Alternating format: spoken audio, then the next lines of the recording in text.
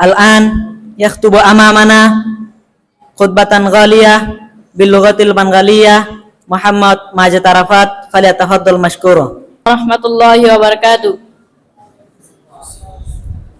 আমার নাম মোহাম্মদ মাজেদ আরফাত শিকদার। আমার বাবার নাম মোহাম্মদ মাওলানা শেখ কারি হাসিন আরফাত শিকদার। আমি ভোজপুর জামিয়া আবু বকর সিদ্দিক রাদিয়াল্লাহু তাআলা আনহু আল ইসলামিয়া মাদ্রাসা জামাতে হাসতুমে পড়ি।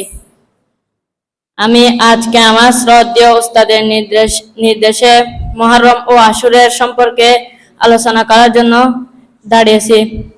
যেহেতু এটি আমার জীবনের প্রথম বক্তব্য, তাই ভয় ও আনন্দের মিশেলে অন্যরকম অনুভূতি কাজ করছে।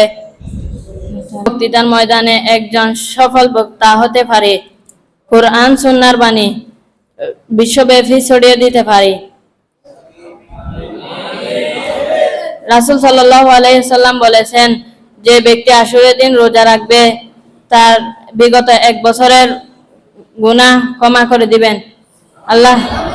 আল্লাহ তাআলা আমাদেরকে আশুরের দিন রোজা রাখার জন্য তৌফিক দান করুক, আমিন।